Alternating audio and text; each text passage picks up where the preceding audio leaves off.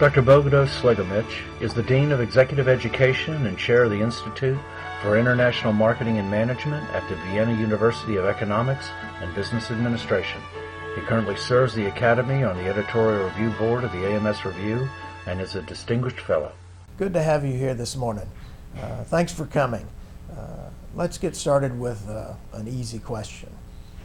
What spurred your interest in marketing?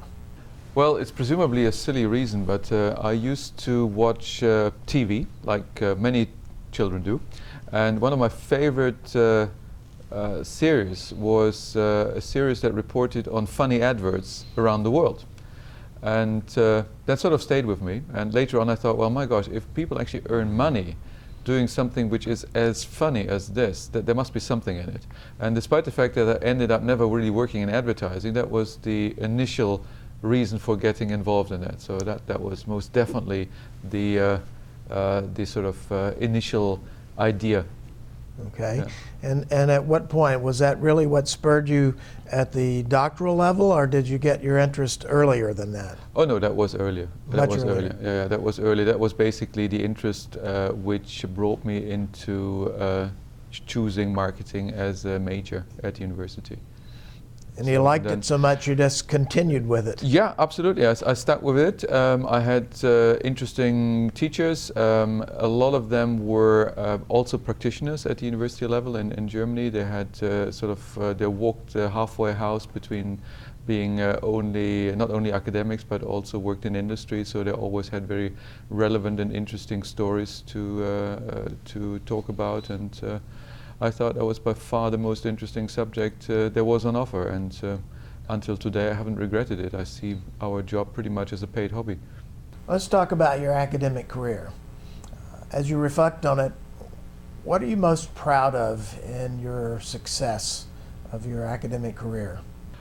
Well, I think presumably the time when I was editing the Journal of International Marketing. That's a sort of, if you're an editor of one of the major journals of AMA or any other institution like AMS, then you are reasonably well known and have some influence on shaping the way a particular subsection, sub-area is evolving. And so I think I had some influence in how the research on international marketing and global marketing was developing. Well, Bodo, clearly you've been successful in your academic career. What are some of the factors that contributed most to your ability to be successful? Well, to be honest, I don't know. This is post-rationalization. I think one of the reasons is that I visited a lot of conferences from the beginning, and at conferences you see what other people do, you get a lot of ideas, you get a lot of advice, insights, and it always stimulates your own thinking. And I can't recall a single conference where you went away and said, well, I didn't really learn anything. There's always something you take. In fact, usually there are more ideas you take away than you are physically able to pursue. But there's always some new ideas. There are new contacts, there are new networks which are opening up, there's advice you can get from people, and there's a lot of fun, which is again part of the reason you stay in the area. So I think possibly conferences have contributed most. Yeah.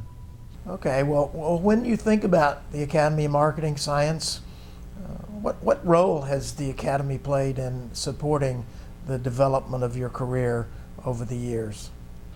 I think quite a significant role, to the extent that I got to know the Academy of Marketing Science as a very friendly network of scholars.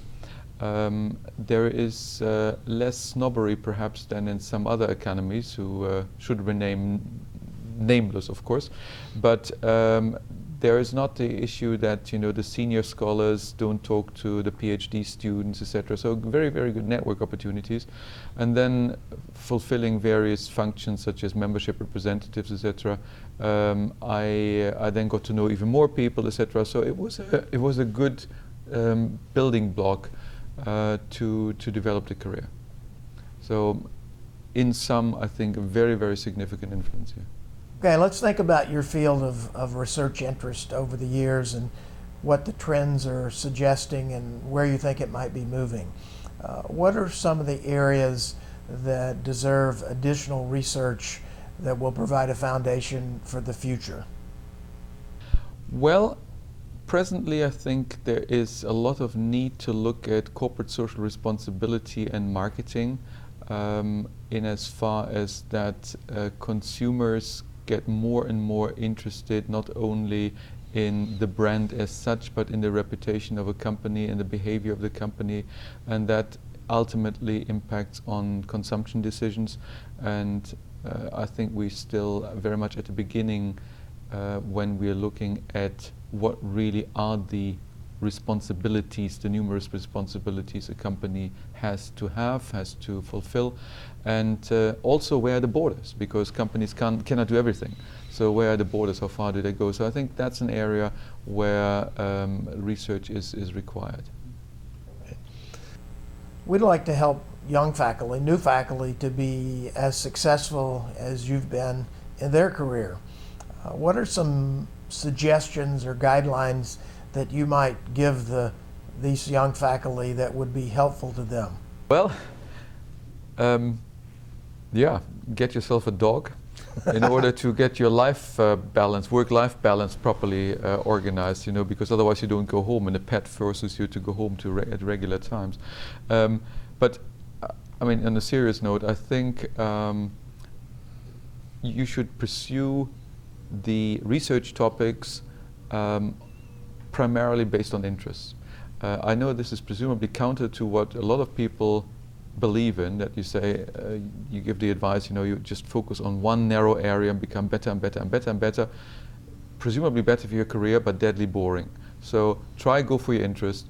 If you are interested in this, go for it, pursue it in a rigorous way, but don't be too narrow and don't be too sort of career-minded, because ultimately if you hit something which you do for always very, very narrow and you do it for 20 years, you may get bored out of your skull. So just be adventurous and go for different things.